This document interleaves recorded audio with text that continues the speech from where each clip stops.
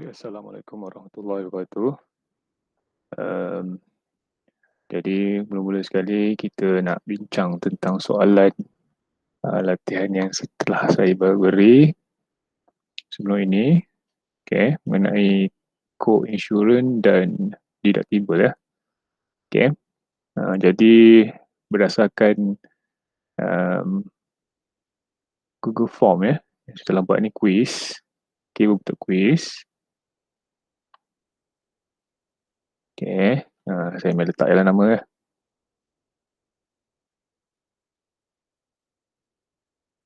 Kita pada soalan pertama ya. Soalan pertama, okay, Asmadi dan Nazim telah membeli insurans kebakaran daripada syarikat insurans yang sama. Nilai beli insurans rumah mereka adalah sama, RM500,000. Polisi insurans yang ditawarkan mempunyai peruntukan co-insurans untuk menginsurans 90% daripada nilai boleh insurans, harta dan deductible sebanyak RM3,000 ya. Okay, soalan pertama ialah hitung jumlah insurans yang harus dibeli oleh untuk rumah Asmadi ya. Okay, untuk rumah Asmadi. So disebabkan nilai beli insurans sama dan Asmadi dengan Nazim pun sama, so tak kisahlah sama ada rumah Asmadi ke atau rumah Nazim ke, sama ya, dia punya jumlah insurans yang harus dibeli, yang sepatutnya dibeli oleh sama ada Asmadi ataupun Nazim lah. Okay, kita boleh tengok, okay, kembali kepada buku teks, muka surat 87 ya. Dibagi rumus dalam kotak warna kuning tu, jumlah insurans yang harus dibeli sama dengan peratusan co-insurans darab dengan nilai beli insurans harta. Okay. So, jumlah boleh insurans ya, sama dengan peratusan co-insurans darab dengan nilai beli insurans harta ya.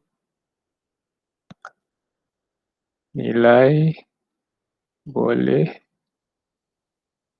insurans harta.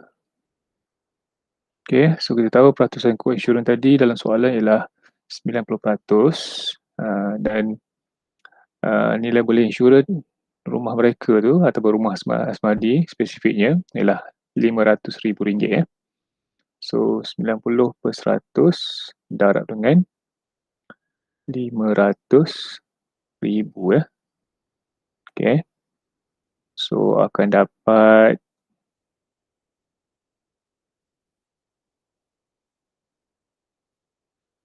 4,5,1,2,3,4 ya. Okay. Itu RM450,000 ya, ringgit. So itu adalah untuk soalan pertama. Okay, mudah je. Soalan pertama ya. Satu. Okay, kita tengok pula pada soalan dua. Okay.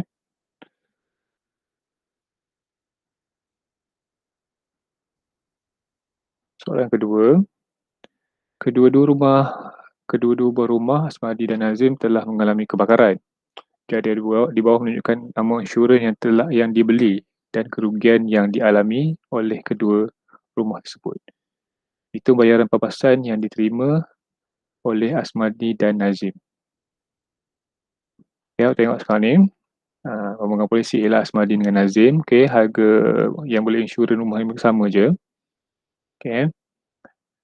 Tapi Asmadi dia beli, okay, seperti yang kita kira tadi, jumlah insurans yang harus dibeli ataupun yang sepatutnya dibeli. Tapi Nazim dia hanya membeli, dia hanya insurankan rumah dia sehingga RM300,000 saja, RM300,000 ya. Okay. Kemudian dari segi kerugian ya, okay, kebetulan kedua-dua rumah Asmadi dengan Nazim terbakar kan.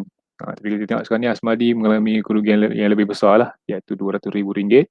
Nazim hanya RM60,000. Okay. So untuk menjawab soalan ni, okay, awak boleh tengok semula kepada tiga kes ni ya. Muka surat yang sama, muka surat 87. Okay, yang kes pertama, kalau Pengapung polisi dia beli insurans tu dia insurankan nilai rumah dia sama dengan jumlah insurans yang harus dibeli. Okey. Kes kedua, kalau dia beli insurans tu, dia beli nilai insurans untuk harta dia tu kurang daripada yang sepatutnya beli. Ketiga, kalau uh, pengapung polisi tu dia mengalami total loss lah ataupun kerugian menyeluruh ya. So itu ialah kita nak kes. Okay, kita tengok satu-satu ya. Bermula dengan Asmadi. Okay, Asmadi ni dia beli insurans sama dengan yang sepatutnya. Okay. Dan dia mengambil kerugian sebanyak RM200,000. Okay, so dia suruh kira jumlah papasan ya. Bayaran papasan ya. So ni soalan 2. Okay, bayaran pampasan. Okay, sama dengan apa? Okay, kita ambil dulu Asmadi ya. Rumah Asmadi lah.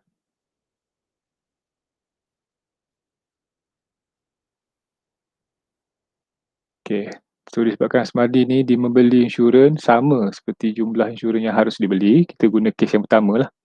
Iaitu bayaran pampasan sama dengan jumlah kerugian, tolak dengan deductible ya.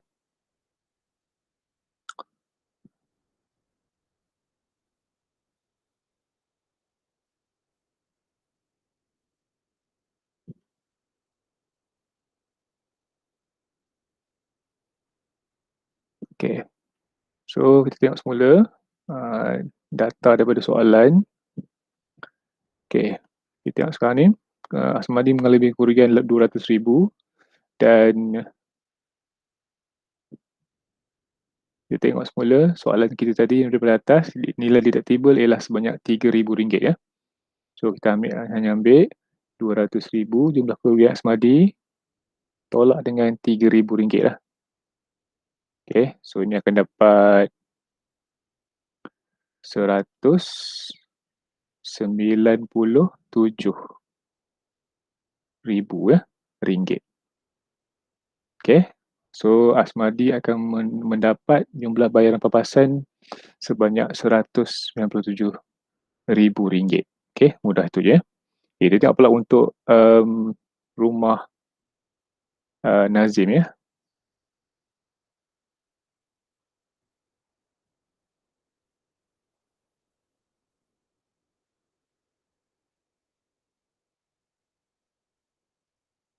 Okay, so kita tengok.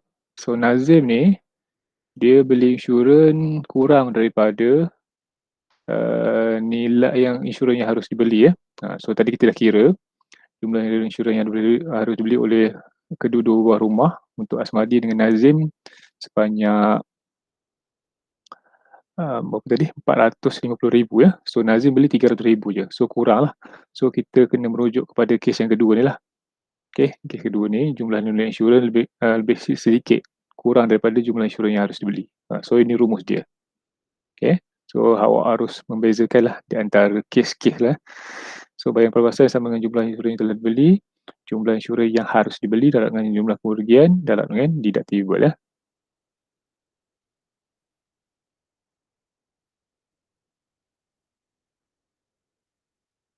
Insurans yang telah dibeli bahagi dengan per dengan jumlah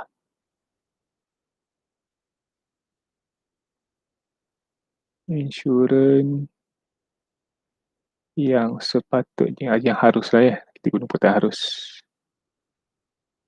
dibeli.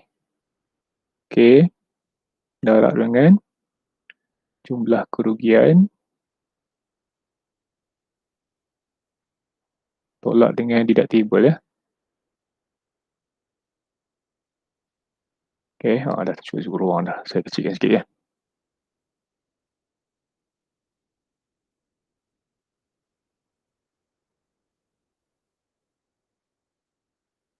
Okay, so tadi Nazim dia beli RM300,000. RM300,000 per dengan sepatut beli RM450,000 ya, kita kira pada soalan pertama tadi. darab dengan jumlah kerugian berapa tadi? 60,000 ya untuk Nazim. Nazim rugi 60,000, okey.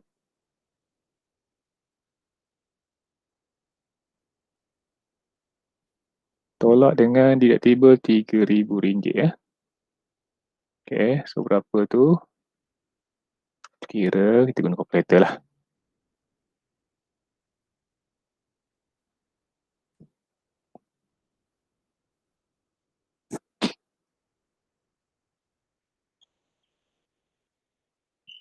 So 300,000 per dengan 400,000 darab dengan kerugian 60,000 saya tulis 6,000 je. Satu lagi kosong hilang. Sekejap, ada kosong satu lagi sebaik. 60,000 ya. Tolak dengan deductible RM3,000. So akan dapat 42,000 saja ya. Okey, so Nazim akan dapat pengupasan sebanyak 42,000 sahaja. Jadi itu saja ya untuk dua soalan tu. Paling mudah aja. Ya. Jadi itu saja. Terima kasih.